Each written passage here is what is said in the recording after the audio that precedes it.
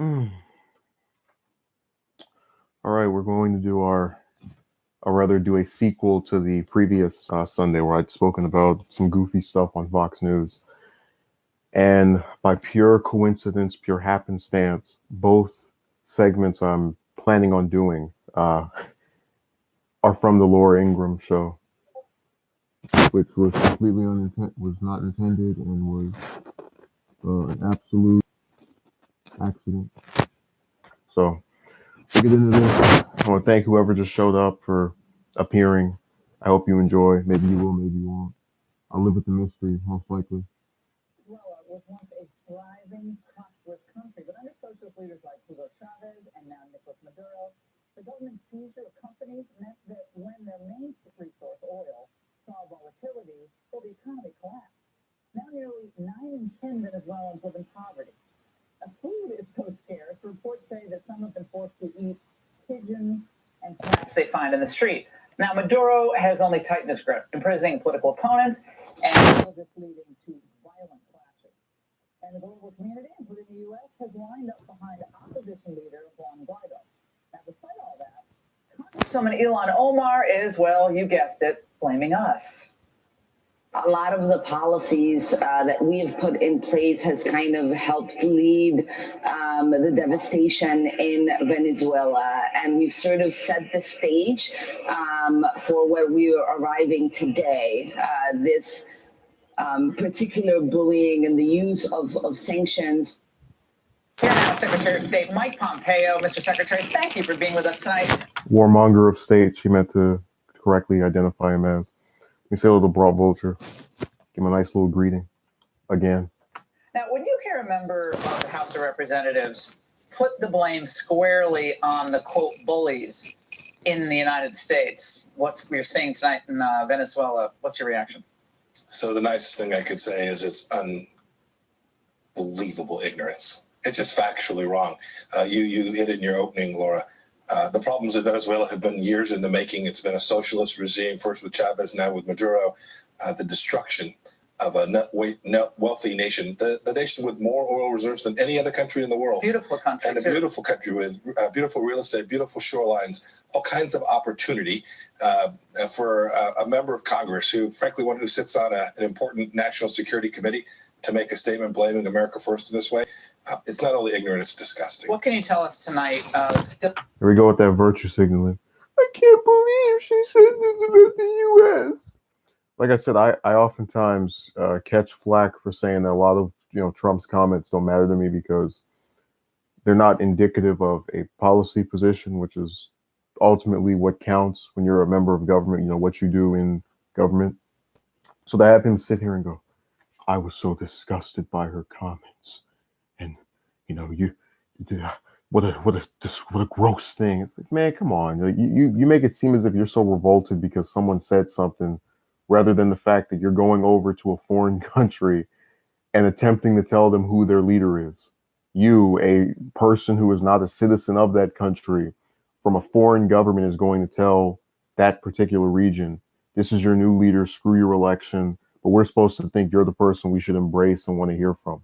And again, they do this crap where when you defend Venezuela's right to pick its own leaders, right? So if they want to have their own coup where the people there decide to do it, whatever, you get told that you're a Maduro supporter, you love him, he's such a great guy. Complete polar opposite of reality, but they have to say that stuff to try to escape from the fact that realistically they're going out of their way to try and perpetuate this idea, which is that this government is terrible and evil, and when the U.S. comes over, it's going to make it all better. Oh, not a successful transition in Venezuela. Guaido was the guy that the world community chose. Why is he the right one at the right time? So the world community has certainly supported, but the Venezuelan people chose him through their national assembly and through the constitutional process. The military didn't fracture in the way that we would hope, but it's just a matter of time. It's the case that Maduro may rule for a little while longer, but he's not going to govern. Structurally, there's no way he stays in power. It's time for him to leave, and we need the Cubans and the Russians to follow him out the door. Now, the Americans who say, look, we have a problem at our southern border. We got 100,000 people a month being apprehended and released.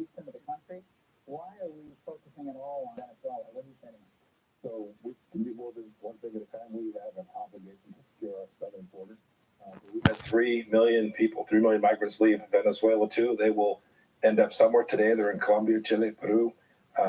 We have an important responsibility in Venezuela. First, we want to support democracy in South America. It's important for our vital national security interests. But it's also the case when we see humanitarian crises like this, the American people understand that taking food and providing humanitarian support is something that's in our nature. It's in our nature to provide food and humanitarian support. We bomb 7 countries, and in the case of Yemen, participate in a literal genocide. Only over here in this particular region can you see the doubles. They say one thing and then do the opposite. On to another topic, which is China, something that I've been talking about this for 20 years, but Joe Biden doesn't seem to think China is a big threat. Let's watch.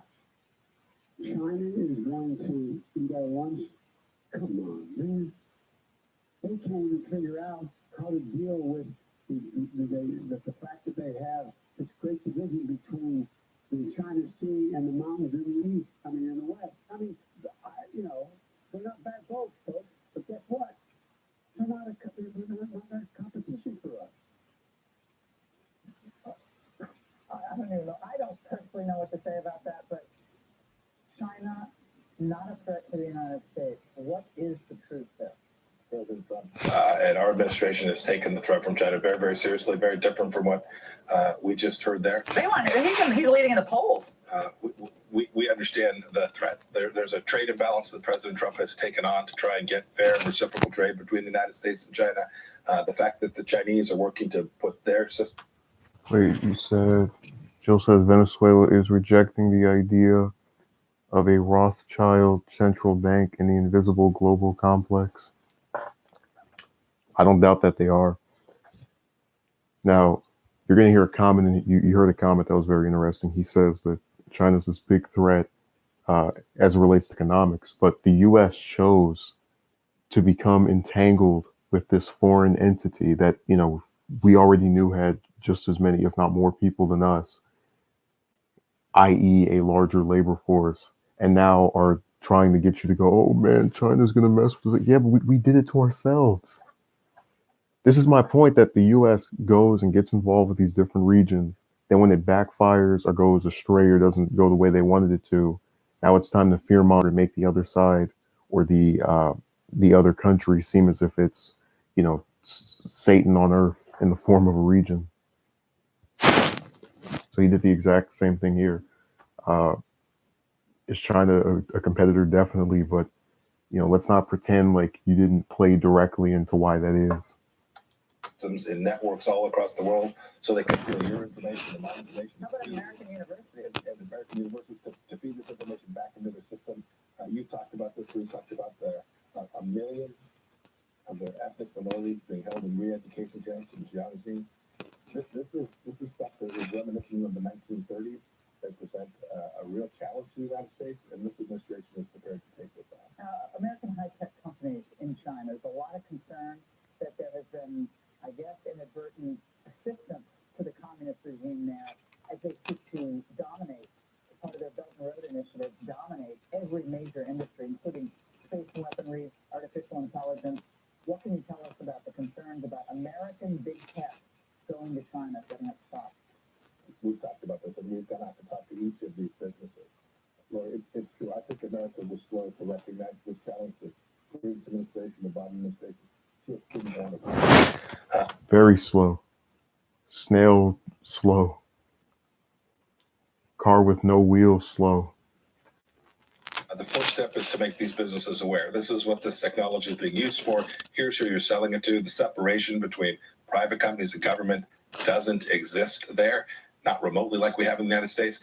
And so we've made clear to them that their technology is being used in ways that they may not be aware of, and the impact, not only the impact it has for American national security, but the impact it will have on their business and the business's reputation is very real. And Mr. Secretary, I also want to get your reaction to something one of your predecessors said last night on MSNBC. Watch.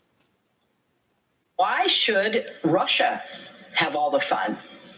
And since Russia is clearly backing Republicans, Why don't we ask China to back us? Not only that, China, if you're listening, why don't you get Trump's tax returns? Let's have a great power contest and let's get the Chinese in on the side of somebody else. Leading Democrat. I'm very sorry you had to see her. How she was able to get 60+ million people to vote for her is mind-numbing. She was on for an hour last night. The great power contest, asking China to dump the tax returns. So there is a great power contest taking place. I think that's true. I only wish when she was Secretary of State she would have taken it up. Let me say hello to Envoy. Yeah, that tax returns thing is really stupid. They've actually, like I said, created a fringe group of Democrats that are literally only known for whining about Trump's background and various clients and associates and whatnot, just people that are related to him and things that have nothing to do usually with his tenure and just stuff he's done in the since winning the White House. But they try to use it to go, oh well, maybe in 2007 he did this, and we can subpoena the person who was there with him when that happened. It's like, no, just get over the fact that you lost the election and try to win this time by actually talking about issues that are going to help people. I'm serious. Who's being assisted by the release of Trump's tax returns? And again, like I said before, this is not the I Hate Trump channel. So I go out of my way to look at this objectively. I don't understand what their motivation for trying to get those from him is, other than just we're upset that we lost this election and we think that we might be able to get a smoking gun if we find something on there that could be considered a criminal act. I'm like, dude, you guys are the same people that let the banks crash and those millionaires and billionaires stuff their pockets while regular people have to pay for it. And I'm supposed to believe you care so much about the injustices of the upper class and their boy in the white. Like, no, you only are upset with this particular member of that group and his possible committing of crimes, again, according to them, because he ran for president and wiped out your little stupid candidate. That's it. That's the only reason. If he did not win the White House, and let's pretend it's known that he just did all these horrible things, right? Like, let's pretend every single thing that is accused of him by the Democrats is true. You wouldn't hear a single thing about it because these people do not actually care about the injustices of the upper class, because that same group funds their campaigns. So it's less so about the injustices of Trump and the injustices of the person that beat Hillary. That's more what it's like. Instead of allowing it to get where it is today and turning a willful blind eye to that. We're taking this seriously. I hadn't heard those comments before. They don't remotely sound like what ought to be by America. They're certainly not what President Trump and this administration are going to do to make sure we keep America safe, that we recognize China is a 1.5 billion people. There will be commerce between the two countries. We've got to make sure that America is prepared so that we can continue to be the world's leading power 10, 20, 50 years from now. You think that's over?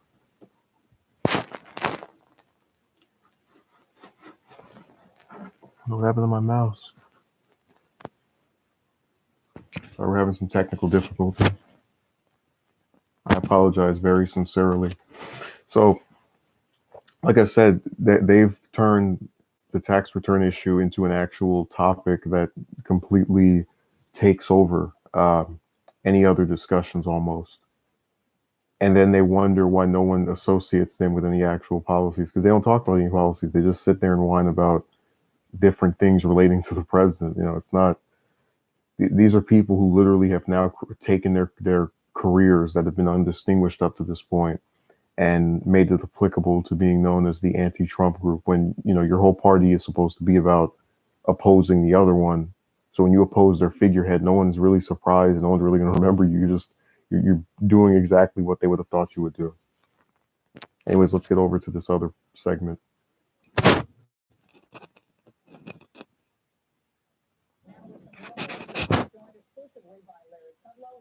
Chief Economic Advisor Larry, congrats on these huge jobs numbers. Like, I've known you for 25 years. I don't know if I ever thought we'd sit here on a day like night like tonight with 3.6% unemployment numbers? I mean, this they're blowing away our former boss Ron Rich's numbers. If you Well, I don't know that I'd go that far, but I will say. Larry Kudlow says Trump's recovery, not as good as it. No, I don't want to say that either. All I'll say is this. All these blowout numbers, get to the stats in a moment, but look, President Trump's policies to rebuild the economy have put us into a powerful prosperity boom. And there is no end in sight. Let's not make this any harder than it needs to be. Low tax rates, regulatory rollback, energy openings, trade reforms, growth, growth, growth, growth. That's what you got going here. And these blowout numbers. Because I like to say this so people don't forget, economic recovery of Trump equals, as in these are current statistics, 76% of Americans live paycheck to paycheck, and over 60% can't afford a $1,000 emergency. Again, only in the U.S. can they get on TV with their, wonderful $1 million salaries, say a bunch of crap that's not applicable to most people, and then, not have a mob outside their office saying, "What the hell are you talking about?" Only here. Okay, it's actually been about a fortnight. It started with 3.2% GDP, which no one believed possible. Okay, today, 263,000 jobs beat the street estimates. That's 3.6% unemployment. I was graduating from college in late 1969. The last time we had 3.6. That's a long time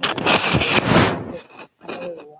Business people out there don't like tight labor markets because that means wages are going up. We have a tight labor market, and I was reading today in the journal. Wages have been stagnant for 40 years. This bimbo doesn't know what she's talking about. That Rockwell Corporation, they actually have to they're training veterans, American veterans, to do the jobs that need to be done. We bringing in foreign workers. I know there's a big push to bring in foreign workers. You don't need to be bringing in foreign workers. We still have a lot of people on the sidelines who are now coming back into the economy. I love that story today. So here's a great part of the story. One of the other blowout numbers the other day was the productivity output per hour. How efficient are we? Soaring to 2.4%. Now, to your point, which is really good, we have a lot of people. The estimates vary. There may be 25 million Americans who have left the labor force altogether. Demoralized. Because they were discouraged and demoralized. They are coming back. They're coming back because the wage rates are moving above 3%. They're coming back because their friends and neighbors are going back to work. And they're coming back because these companies need them. And if you're not totally qualified, they will retrain you. As my colleague Ivanka Trump puts it, they will reskill you. You can learn this stuff. She's really pushing that, and I'm really glad she is. She's It's a pushing that. tremendous She was kind of like dismissed out her Tremendous. efforts. We're seeing real evidence. She was dismissed early on because she has no qualifications other than being the sperm of the president. Do you not hear this? I can't believe the president's daughter, who had no previous background with any of this stuff, would get dismissed. Of course she would. And again, because people like to try to pretend we're sexist on here. Doesn't matter if it's his daughter, his son, his grandson. You can't be the sperm of the person who is holding the highest position and not expect to be dismissed because you have no qualifications other than, being the byproduct of screwing by the person in the highest job. Just comes to the territory. Going back to these numbers he's rattling off. Understand the point of him showing up on Fox. There was a user, and I spoke about them maybe twice before here on Twitter, who, when they were told by me of these, those numbers of the, over 60% of Americans, can't afford $1,000 emergency. They tried to say that every person who has these kind of problems are lazy and don't want to do anything, even though we've had high productivity. And they're like the person, they're so stupid. They can't figure out if you have this ridiculously low unemployment and you have that number in tangent with the unemployment, it's a combination of crappy, subpar wages and the people just not being able to afford the prices that accompany these terrible wages. But unfortunately, this person was convinced that everything was great for anyone that was not lazy. Then I went and looked their name up on Google. I found their GoFundMe where they're begging for I think it was like $1,000. And I put my hands over my face because I had an epiphany that they've watched these types of segments where they rattle off all these numbers and make everything sound so wonderful, that they've allowed themselves to become convinced that what is in front of them is not actually there. I mean, the more I thought about it, I said, wait a second, if Trump has a 40+% approval rating, or 30, mid 30s, depending on which poll it is, because stuff like that fluctuates back and forth. You got like that 8% that change their mind over and over again. But if it's somewhere around that number, and there's only about maybe 27, 28% of people that can actually afford all of what they need, that means there's a solid 10% of people who are in some terrible economic circumstance and have convinced themselves that Trump is their person. So it's that same kind of warped mentality where a lot of these individuals kind of just accept how horrible things are and that it can't get any better because they listen to this crap here, or that it's not that bad and they're just experiencing a slight downturn. But this is exactly how stuff stays screwed up. People tell you, oh, don't worry, this will get better. Oh, no, it's fine the way it is. And then nothing changes. And unfortunately, we have a system of elections where you're going to have 30% of Americans, because they like to register with these parties, who just blindly support who's ever, having a D or an R next to their name.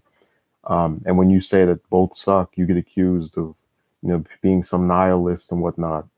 But, this is the way stuff operates. So these types of segments are part of the propaganda machine, which, people have already called out. But I like to level it more toward my own experiences because, again, believe none of what you hear and only half of what you see.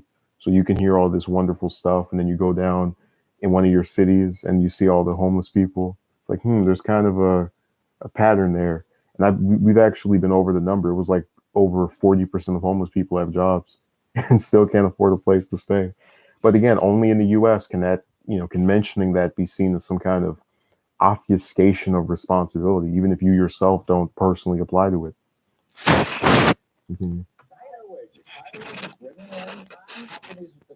Again, wages have been stagnant for 40 years. Why aren't we? I mean, everyone should be thrilled about wages going up. They went up a little bit under Obama, but now they're wages. Now, It's so weird. Orthodox mainstream Washington opinions. Higher wages are bad. They cause inflation. It jacked up interest rates. Nonsense. It's actually not, well, he's saying it's not true, but it's the group he's identifying as saying that is his own boss and the other Republicans who oppose minimum wage increases or just wages increases, period. Anyways, let me read Big Dewey's comment. Those of us in the know are already aware of us living in economic crisis. Mainstream media won't admit because this will actually make it real. Well, one of the other reasons they won't admit is that all of the hosts and different panelists, for the most part, are rich, whether they're Democrat or Republican.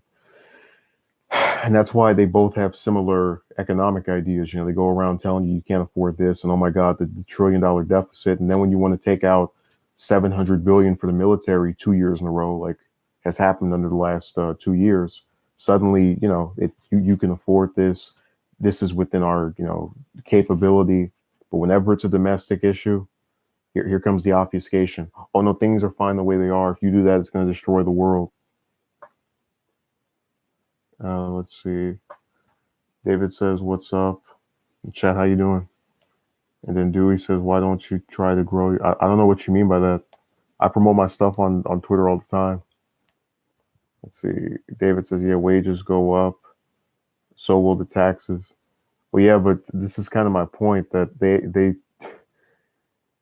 they're trying to get you to believe something that isn't true. Like they're trying to make you think that if you go and increase wages, that they can't get a governor or a president or whoever the hell is the chief executive of whatever place is happening in, sign some law that prohibits workers from being fired in conjunction with a wage increase. So basically, if you increase wages and then the company tries to fire you or some certain number of workers to, keep as much for the ones at the top, it's illegal. They can go to jail for violating a law. Do you get where, when you think of that, it makes all of these claims about the economy seem like a bunch of horse poop? or manure, whichever word you want to use for it. It's more people working and prospering and getting This better is what paid. Trump promised. This is what we need. Blue collar workers are the leaders, the best wage gains. Here's a stat for you. Yeah, don't drown me in stats, because some people lose stats. Yeah, We got hit back at some of the critics. My friend Joe Biden, Yeah. friend Joe Biden Yeah. said today, the middle class not participating. So get this. The lower 25% of the income earners, their wages up 4.5%. The upper 25, 3%. Now, they're both rising, but after The bottom half doing the best right. I knew Larry, earlier today, CNN, Jake Tapper, your other friend, Yes. said this about why the booming economy didn't lead his show tonight. We were going to lead with the economy on the show. It was going to be the first bop. We were going to sing the numbers that we just sang. And then President Trump started to talk about Vladimir Putin and talk about how, Russia hurts and all that. Anyone's gonna give them. Jake is a friend, Positive. but he should have lied with Everybody's his friend. Biden's his friend. Tapper's his friend. Like that's my point. Nobody realizes the duopoly here. It's all theatrics. Oh my God, Trump hates CNN so much, and his economic advisor is, an admitted buddy of the host of one of the networks that one of the programs on that network that he supposedly doesn't like. It's because they all are right in there together. Like you're never going to see any actual numbers about high economic inequality get discussed on CNN. It's the one that like people really don't get. That's why they whine about Russia all day, because the only thing they don't like about Trump are the tweets and various comments he makes about certain things. If he didn't do that, they would still continue to whine about Russia, but it's still based around those two things. They don't talk about anything else because they pretty much agree with all the other stuff. They just don't outright say it. Like, why the hell would some journalist that's making $1 million per year be upset by a tax cut that's supposed to help out millionaires? Hence, they don't critique it or talk about it. And the only time you'll ever see any of them try to go after him on some economic thing is a little bit with that tax bill where they were, Dominique says also to distract the population. Yeah, but to finish my point, the only time you'll see them get mad about the tax bill is over the health care, the Obamacare individual mandate repeal. And that's only because that program which has Republican origins, is meant to help out big pharma and these different insurance companies. And they're worried that if that keeps getting messed with by Trump and dismantled and screwed with, we're going to get stuck with something better that kills the insurance companies. So, they're all in there to be buddy-buddy. Like Dominique, I guess, alluded to. I mean, it is a distraction. I'm fully in agreement with that. Envoy says to be an individual who blindly follows either party is a bit weird to me. Well, people do it because they've convinced themselves that one side is really good and the other one is evil. That's why you have people who call Pelosi a socialist and a communist. And then this broad is over here agreeing with any country that Trump is currently bombing that Obama bombed, because they all have the exact same views on certain things, on a majority of things that get obfuscated by one or two issues like immigration or abortion or some other social issue crap that isn't killing thousands of people every single year, like a drone strike in the Middle East that both parties vividly support. So let's continue. the economy. One last point. Wages, booming growth, productivity, more people employed, lower. No inflation. No inflation. The experts predicted it. Yeah. They're predicting Right around the corner. Even Bloomberg headline, there's no recession in sight. So if there's no inflation and a steady dollar, we will continue Why is the to have president hitting on the Fed all the time? very low inflation and very low interest rates. And so the Fed, they're independent, blah, blah, blah. But they're looking at the low inflation numbers too. Very surprising. We feel that may give them ground for later. Don't soften up on China, though. I don't want to hear any softening up on China. No softening on China. The China policy is working. No softening up on China. That's what Athene Domingo wants. And then they use these like generic terms that mean nothing. What the hell do you mean softening up on China? Like, you can talk about it day after day, but what are you actually doing to address them? See, again, they don't want to admit the U.S. through its prior, leaders and whatnot, linked itself up economically with China, and now they're upset because they're not really being their friend anymore. But again, that this is something that has been in the making for decades, and now it's an issue. So, they keep doing a little fear mongering stuff. Oh my God, China. Negotiators meeting with Liu He this week in China are scared to death of you, so they're not going to back off. Excellent. Fantastic. We didn't trade with the Soviet Union. It's got to be a great deal. Let me just say, it's got to be a great deal with China. It must be enforceable. We didn't trade with the Soviet Union. Why are we trading with China at all? USMCA, okay, the old NAFTA 2.0, is a great deal for growth. My China question For on growth. Soviet Union. Now listen to me. There could be $100 billion of added GDP per year with 180,000 jobs per year. If we get through USMCA, Bob Lighthizer did a hell of a good job. See, this is not, people won't give Trump any credit. He's not going to get it. The voters have to give him credit. So everything's converging. This is a powerful prosperity wave because we changed all the incentives in the economy. But their argument, Larry, is basically going to be Trump is not a good person. He tweets too much. He says asshole countries. They want people to ignore the fact that the economy is great and just focus on some of these other issues. So they're going to make it like a personality contest. That's what you see, like Joe Biden. And, that's a half-true statement, the personality contest. That's literally what they're doing.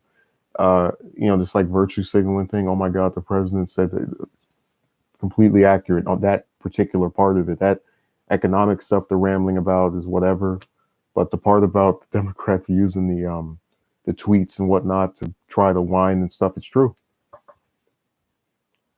Let's see. Bravocha says she is rude. Why she keep cutting him off? Hey, remember, this is the chief economic advisor, and she's basically just interrupting him over and over. That shows you how much respect she has for him and what he has to say. I thought the whole point of these segments was so you can have the reporter or the person who's moderating the show ask a question, and then you go and then let them, the person that is being interviewed, answer the question. Instead, he says one or two sentences, she interjects. He tries to say one or two more things, she interjects. He tries to say a few more things, she cuts him off, does her own little speech. It's like, damn, let them. I don't even like Kudlow, because he sits up there and does that same propaganda about how everything is great and wonderful. But at the very least, let him, that's the whole point of me tuning into these interviews, to hear what the person who is affecting public policy has to say about public policy. Okay, David says, keep saying the same words. They must be reading from the same script. Booming this, more jobs, blah, blah, blah. David says, thanks of asking. I'm good, can't complain. Oh, you guys are having a little greeting because now you're stream friends. Let's see. Envoy says, I don't hate Trump, nor do I like him. I'm kind of indifferent. But God, I hope these ridiculous political conversations stop once he leaves. It's crazy out here. Yeah, they're whining about all kind of stuff that just doesn't matter. Like, again, the whole point of me watching Fox over CNN is that his actual people come on there and they at least talk about policies. Even if it's a view that I think is stupid and has no basis in reality, I can prefer that over whining about if he tweets or not, which again is completely ridiculous. Let's see.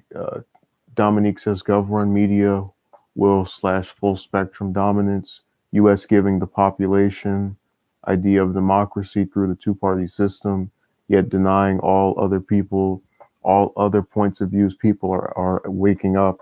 Yeah, they get the Democrats and Republicans to agree on something, and then they praise it as a bipartisan conclusion, which means it automatically must be good. And then any other particular perspective or view, they try to get to shut it up and suppress it. Let's see. Envoy says, oh yeah, they whine a lot and a lot of virtue signaling. Yeah. Right, let's continue with our wonderful economic update. Biden's using the word dignity a lot. I think there's a lot of dignity in these. That's somebody who's in and out of his office every day. I can say he is a good person. I'll say that he is a good person. He left a cushy life to do this. get beat up every day. Is a decisive, well-informed manager, executive form business. So that's terrific stuff. But looking ahead to the election.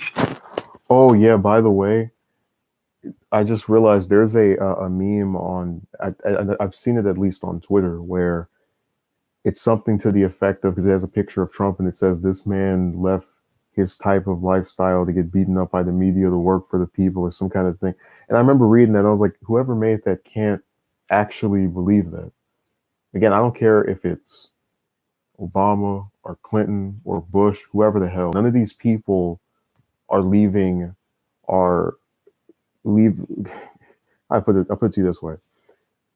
You're not going to tell me that you're being beaten and defeated and treated so terribly when all you have to do is worry about different panelists or people around the country saying nasty stuff here and there, and then writing crap online while you have all these bodyguards. It's a completely lavish lifestyle in the White House, no matter who's in there. They all get these loads of vacation days. They get these gourmet chefs, dozens of rooms. I don't buy that. And again, this isn't Trump exclusive, but what she's saying up there disturbs me because it's now like trying to position the presidency as this big major crutch when it isn't. Talking about these life-threatening decisions you have to. He's like, yeah, but you're living a completely cozy life. You have a hell of a lot of security. You're now this sacred thing to the world. Like, I just don't buy it. And again, it doesn't matter who it is, but that office in general is a complete whoopee cushion, or rather a complete pampered and just taken care of lifestyle compared to anything else.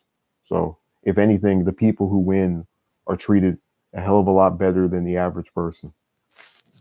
We have an opportunity to develop the biggest big tent economic coalition in history. What the hell does that even mean? Biggest big tent economic coalition in history. What is that?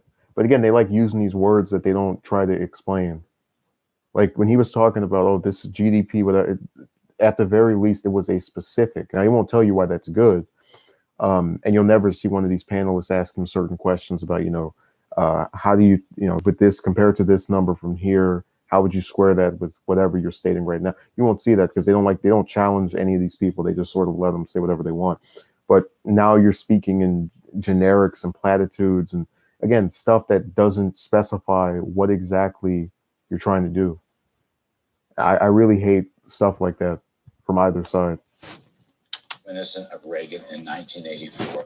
The tax cuts are working, the deregulation is working, the trade is working. The Income inequality. And they're all, the Democrats are citing income inequality.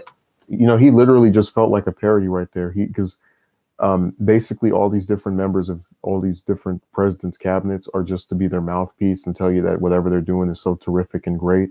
And that's kind of like how I mock them. He literally just mocked himself. Deregulation's working. Everything's working.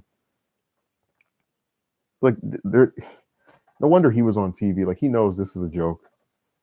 Like, you just go up there, you say a bunch of crap and pretend that stuff isn't happening outside of your bubble, and then you can just sort of get away with whatever you want. The cost of education, everything's expensive. Blue-collar workers who are doing the best.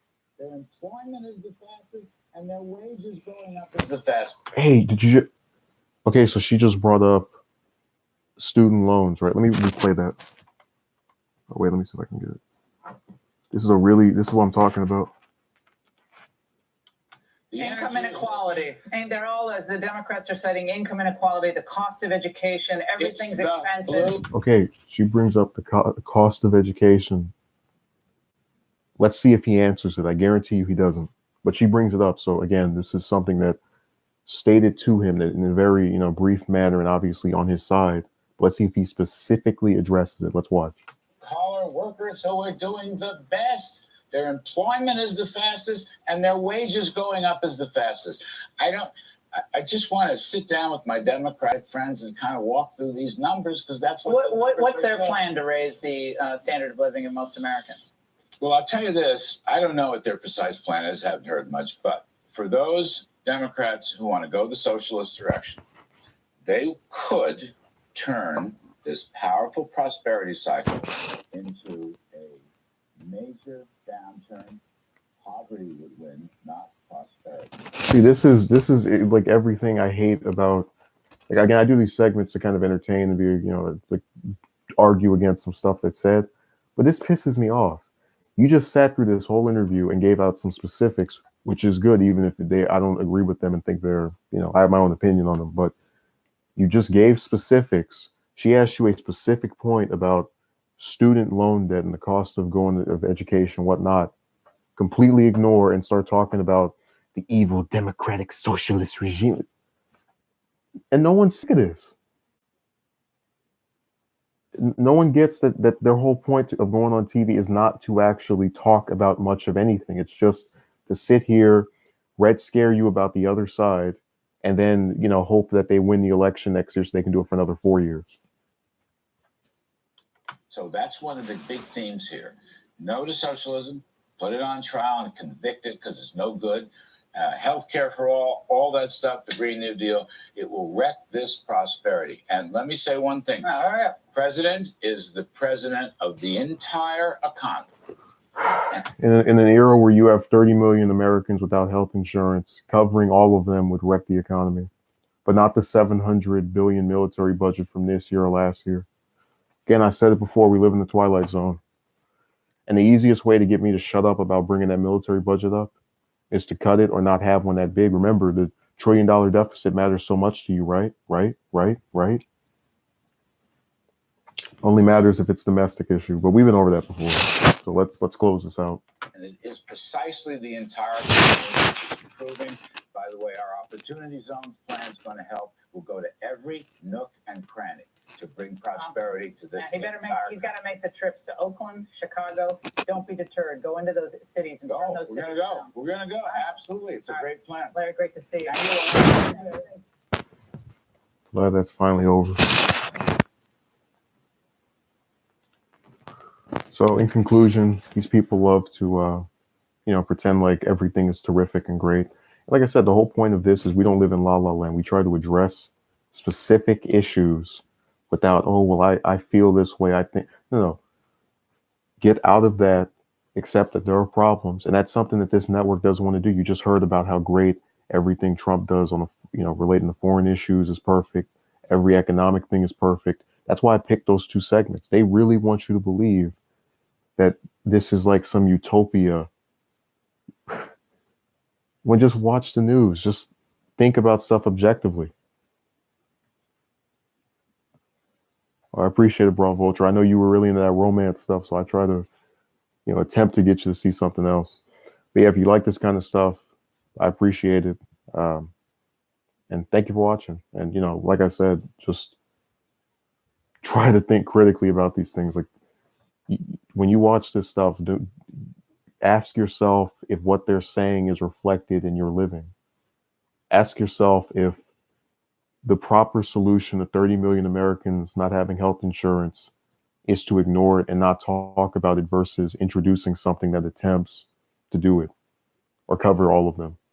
Ask yourself if small businesses that have to worry about squandering resources to pay for workers would not be benefited by the government paying for the health care of those workers.